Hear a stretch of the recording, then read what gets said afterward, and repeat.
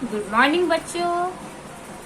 आज का हमारा विषय हिंदी है और इसमें हम पाठ 10 से पढ़ेंगे मकरू की शरारत। इसमें झगड़ू नाम का एक चरवाहा था। चरवाहा यानी कि जो गाय भैंस चराते हैं उन्हें हम चरवाहा कहते हैं। वह भेड़ चराता था, उसके लिए उसे पैसे मिलते थे। उसका नाम झगड़ू था, पर वह किसी से झगड़ा नहीं करता था। वह सरल स्वभाव का ईमानदार आदमी था, यानी कि वो बहुत ही अच्छा आदमी था। सब लोग उसके व्यवहार की प्रशंसा करते थे। एक बार क्या हुआ कि झगड़ू अस्वस्थ हो गया, यानी कि बीमार हो गया। तब उसकी जगह पर भेड़ चराने के लिए उसका बेटा जाने लगा, जिसका नाम था मकरू। एक दिन मकरू को शरारत सूझी और उसने शोर मचाया, भेड़िया आया, भेड़िया आया, दौड़ो दौड़ो। गांव के लोग लठ लेकर दौड़ पड़े, यानी कि लाठी वगैरह लेकर के दौड़ पड़े, पर उन्हें कहीं भी भेड़िया दिखाई नहीं दिया। जब उन्होंने मकरू से पूछा कि कहाँ है भेड़िया, तो वह बोला, मैंने शोर मचाया और मेरे शोर मचाने पर भेड़िया भाग गया। मकरू ने एक बार फिर इसी प्रकार की शरारत की। इस बार भी गांव वाले गए, पर भेड़िया नहीं मिला। लोगों ने समझ लिया कि मकरू शरारती है, वह शरारत बस ही शोर मचा रहा है।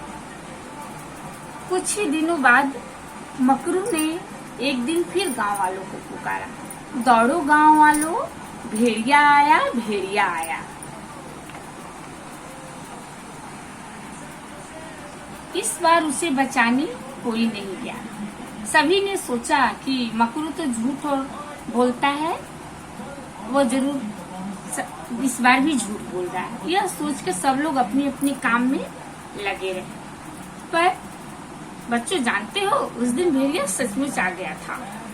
सभी जो भेड़े थी वो जान बचाकर भागने लगी। तो गांव वालों ने जब भेड़ों को देखा तो वो समझ गए कि वो लग रहा है भेड़िया सचमुच में आया था।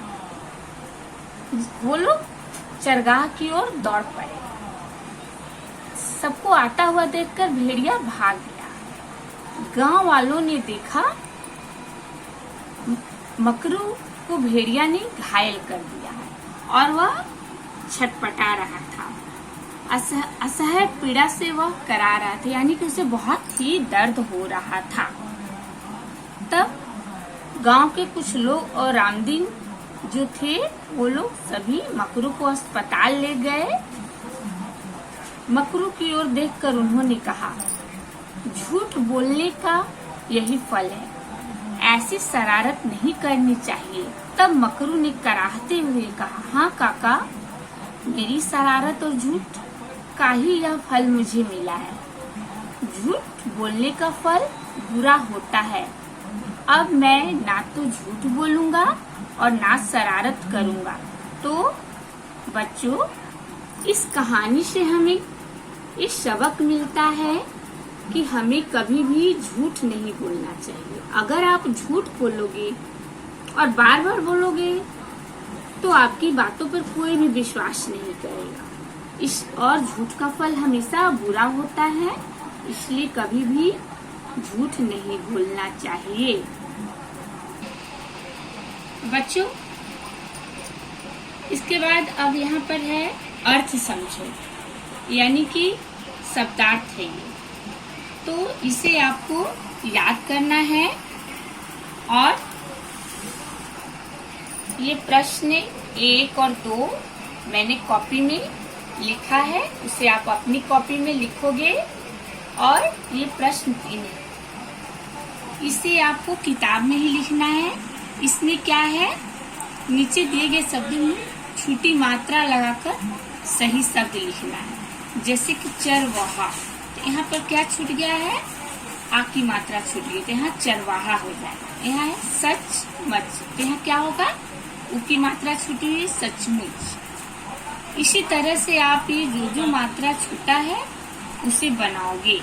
और प्रश्न 4 है, इसमें आपको वाले जोड़ना है। जैसे घर है तो यहाँ लिखोगे घर वाले, शहर है तो शहर वाले, पड़ोस है तो पड़ोस वाले, दूर है तो दूर वाले। इसी तरह से ये पूरा आप बनाओगे। ओके।